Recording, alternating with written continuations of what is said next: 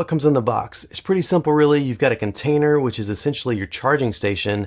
In that box, you've got your transmitter, your receiver, you've got a charging cable, and a set of instructions. So what about the specifications? First of all, it operates on a 2.4 gigahertz frequency band, which is pretty standard. Most of these wireless systems operate on 2.4 or 5.8.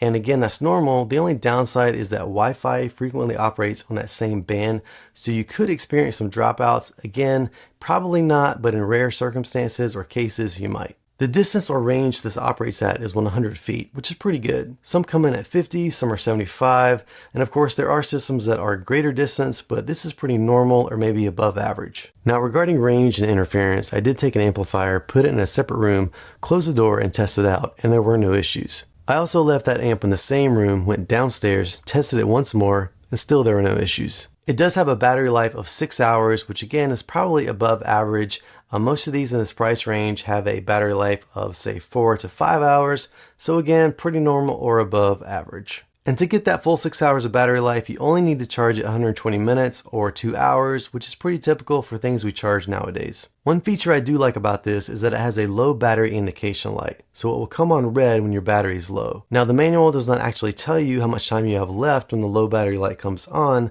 but again, it is a feature that sets this apart from some of the other wireless systems in this price range. Looking at some of the other specifications, it comes with a USB Type-C charging connection, which I like as opposed to the old style where you have to have it in a specific orientation. With USB-C, it doesn't really matter what orientation you have it in. Another feature on the transmitter and the receiver is the pairing button, which is pretty straightforward. You hold it down to pair it, and in my experience, it happens really fast. Now regarding latency, it comes in at 6.7 milliseconds, which is pretty typical.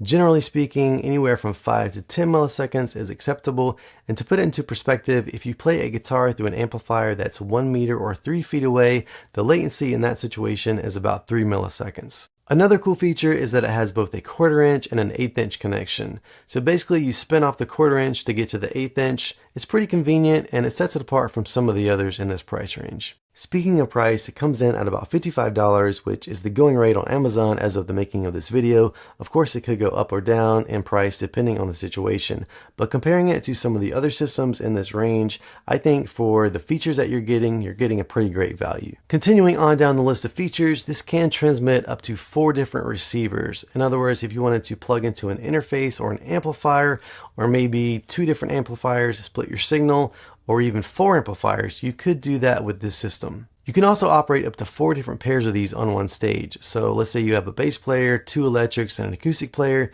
Theoretically, you could all use these systems on stage without interfering with each other. One more thing I noticed that might not necessarily be a feature, but it appears these are gold plated. Now, I always thought that this had to do with conductivity, but it appears it has more to do with resistance to corrosion. Believe it or not. Whether or not this is real gold plating or if it matters at all, I can't say for sure. Another thing I liked about this, and that kind of surprised me, is the weight.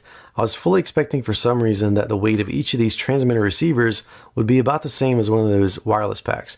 At my church, for example, we have those Sennheiser packs that go on the back of your pants and you connect your inners to them. And again, I thought that each of these would be about the same weight as that, but they're actually really lightweight. And I think altogether in the box, they would weigh about the same as one of those packs. But in general, I was really impressed with the weight. You know, if you have this thing on the end of your guitar, it's going to feel just like a cable, or maybe even like less weight than you would normally be accustomed to. And I just thought that was really impressive. Oh, and I do want to show you what this actually looks like plugged into your guitar. When I think of these wireless systems, I always think of bulky and awkward looking. I don't know if you can see this against my black shirt and the black couch. Maybe you can see it there. So there it is. You could have it sticking out like this if you wanted to. I think it looks better kind of oriented this way against the guitar, or maybe even this way down towards the rear end of the guitar, or even sort of behind it. The downside about twisting it around like this and getting it in the spot you want is we talked about that 1/4 inch to 1/8 inch jack and how you could go from one to the other.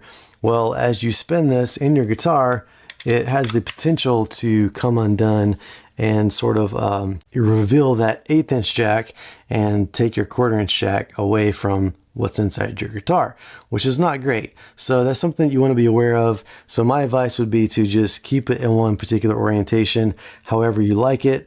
And you can probably put it on your stand or whatever. If you have it hanging or sitting on a stand on the floor, it'll probably be fine. But again, just something to be on the lookout for and to be aware of. But that again is what it looks like plugged into your guitar. Oh.